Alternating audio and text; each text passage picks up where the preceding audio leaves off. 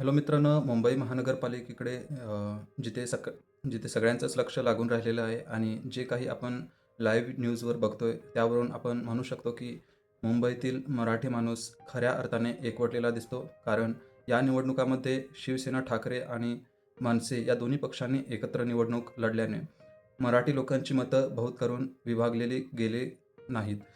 आपण बघू शकतो या निवडणुकामध्ये सत्ताधारी पक्षाकडून पैशांचा पाऊस पडला गेला.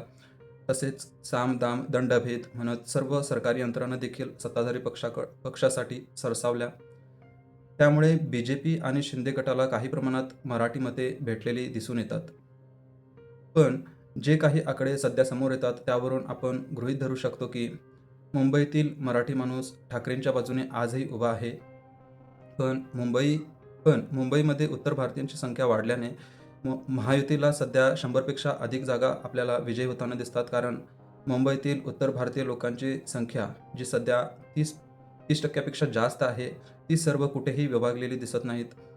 ते एकतर बी-जे-पीला किंवा शिंदेच्या शिवसेनेला मत देताना दिसून येतात आणि याचा सर्वात जास्त फायदा शिंदेच्या शिवसेनेला मिळालेला दिसून येतो. कारण मराठी लोकातील काही प्रमाणात विभागलेली मतं आणि उत्तर भारतीयांचे अविभागीय मतं, त्यामुळे शिंदेच्या शिवसेनेला याचा जास्त फायदा दिसून येतो.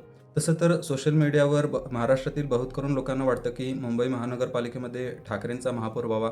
पण मुंबईतील वाढती उत्तर भारतीय लोकांची संख्या आणि अविभागीय मते यामुळे याचा फटका मुंबईतील मराठी लोकांना आणि ठाकरे यांना दिसून येतो.